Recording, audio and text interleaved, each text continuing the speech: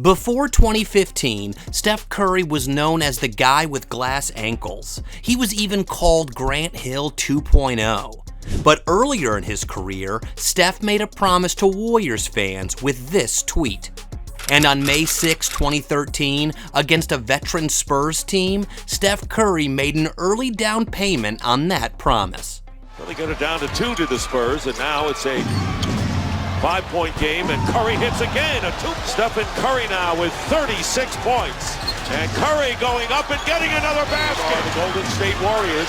Diaw now defending Curry, goes right back and floats it in. By the end of the night, Spurs legend Manu Ginobili admitted that Steph was unbelievable. How could that be? I mean, this was a game that featured Mr. Fundamentals Tim Duncan and Tony Parker, to name a few. They also had a 21-year-old Kawhi Leonard who was coming into his own. Nobody walked into Game 1 expecting Steph Curry to be the best player on the floor. But by the time the night was over, the NBA would never look at him the same way again. The first few minutes of the game actually looked exactly how most people expected this series to go. San Antonio's defense was physical, disciplined, and ready for everything Golden State could throw at it. Steph looked uncomfortable, turning the ball over 4 times in the first quarter and missing 4 of his first 6 shots. It felt like the bright lights of the second round and the pressure of playing a championship contender had finally caught up to him. But even during those rough stretches, you could see flashes of what was coming. Steph found Carl Landry cutting toward the basket for an easy finish, and before you know it, he got one for himself. But the other defenders didn't even see that he's passing. And here is Curry who hits. Like a shark when it smells blood, Steph Curry's first bucket always opens up the floodgates for more. It didn't take long before he hit his first 3 of the night. His first half. Curry defended now by Parker and Bogut. Suddenly, the same player who looked rattled 5 minutes earlier started looking comfortable again. And then, he decided to show the NBA he was a superstar. The Warriors is 9, 42-33. What a no-look pass from Curry. That pass almost feels normal today because we've spent over a decade watching Steph throw passes like that. But back in 2013, this wasn't the version of Curry people knew. Most fans thought he was a guy who could get hot from deep. Very few believed he could completely run an offense against one of the smartest defensive teams in basketball. And honestly, nobody was prepared for what happened next. Because the third quarter wasn't just great. It was the quarter that even had Spurs legends talking about him even after the game. As the third quarter began, Gregg Popovich probably started asking himself the question on the Spurs' mind: how do you guard this guy? Today, that's a common question that no one has ever found an answer to. But in 2013, Pop thought of it for the first time, and nothing changed. Because by then, Steph Curry had completely stopped caring about what was considered a good shot. From pull-up threes to step backs and even contested jumpers, it didn't matter. Steph was doing it all. If he had a sliver of daylight, he was shooting, and somehow they kept going in. One play perfectly captured what San Antonio was dealing with that night. Steph rises up with 2 defenders draped all over him, and he still knocks it down. Well, they got it down to 2 to the Spurs, and now it's a 5-point game, and Curry hits again. Today, nobody even blinks when Steph takes shots like that. But back then, people probably thought he was out of his mind. But that's because the league hadn't adjusted yet. They still believed long 2s were better than 30-foot pull-ups. Steph was about to change that forever. And while everyone remembers the 3s, what made this explosion even scarier was realizing he could score from everywhere else too. In fact, at one point, he drops the ball and somehow he just throws it in anyway. Curry now with 20 points, 10 here in the third, and there is it. Then he started attacking the rim, again and again, and probably way more than modern bigs like Wemby like to do these days. Well, now they got Corey Joseph challenging Curry. What does he do? He drives in and gets the layup. 7 points. This crowd is silent. And the bank shot.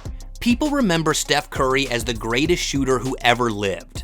But on this night, San Antonio discovered something much more terrifying. You see, he wasn't just bombing away from deep, he was showing his handles, driving to the basket, shooting threes, and dishing great passes too. Overtime, we're tied at 115. And the three.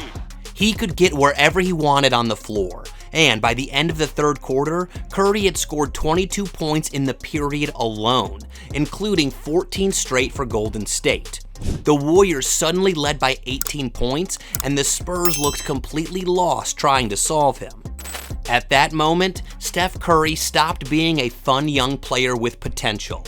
He became a problem, and San Antonio knew they had to try something different.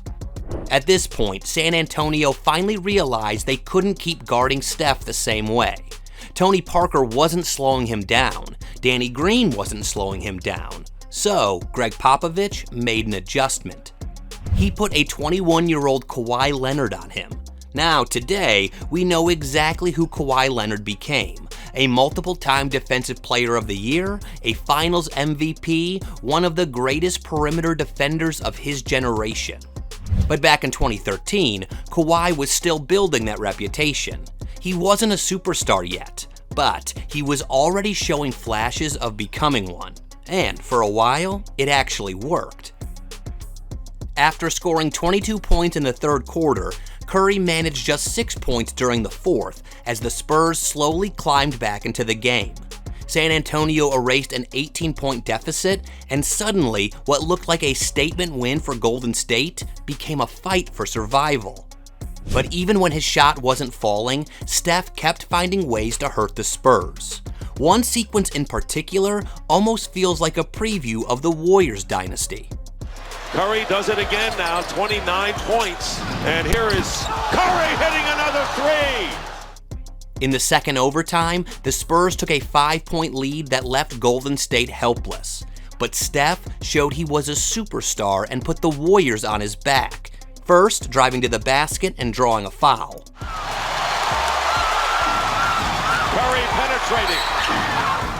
Then he cut the lead to 3 points with the free throws. Then on the next Warriors attack, he did this. From tying the game are the Golden State Warriors. Diaw now defending Curry goes right back and floats it in. Nowadays, teams trap Steph 40 feet from the basket because they've seen what happens when he gets comfortable. But in 2013, teams were still trying to figure out what they were even looking at. A point guard who could score from 30 feet, attack the rim, create for everyone else, and still have enough energy to play nearly an entire game. And speaking of creating for everyone, that's what Curry did to put the Warriors back on top. Warriors have it, pushing it up, down by one, and here's Bazemore. Despite the Spurs throwing longer defenders at him and completely changing their defensive approach, he just kept creating offense. The version of Steph Curry that would eventually win MVPs and championships was already there. The rest of the NBA just hadn't realized it yet. The game eventually moved into double overtime, and somehow Steph was still out there making plays. The pass from Curry and the reverse layup from Kent Bazemore gave Golden State a 127-126 lead. At that point, the Warriors were just one stop away from stealing Game 1 on the road. But San Antonio had one last answer. With only 1.2 seconds remaining, Kawhi Leonard fired a cross-court inbound pass to Manu Ginobili. Manu caught it and buried the game-winning three. Just like that, Steph Curry's masterpiece ended in heartbreak. Jarrett Jack had one final chance to save the Warriors, but his shot bounced away and the Spurs escaped with a 129-127 victory.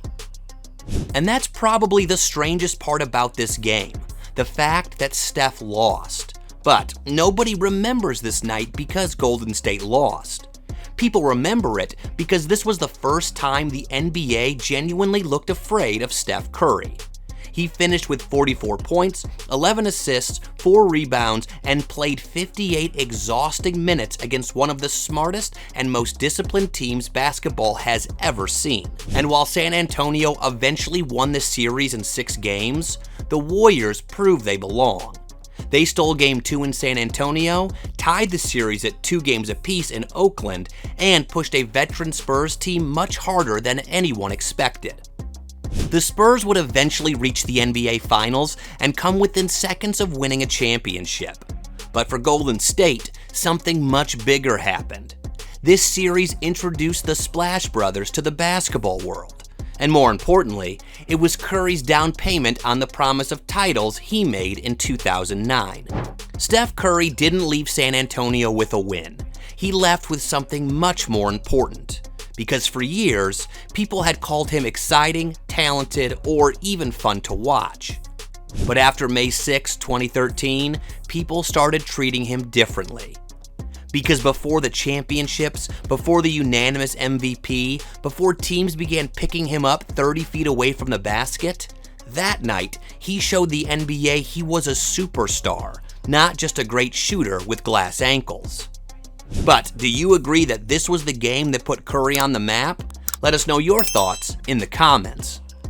And if you want to see more incredible Steph Curry moments, watch one of these Steph Curry videos next.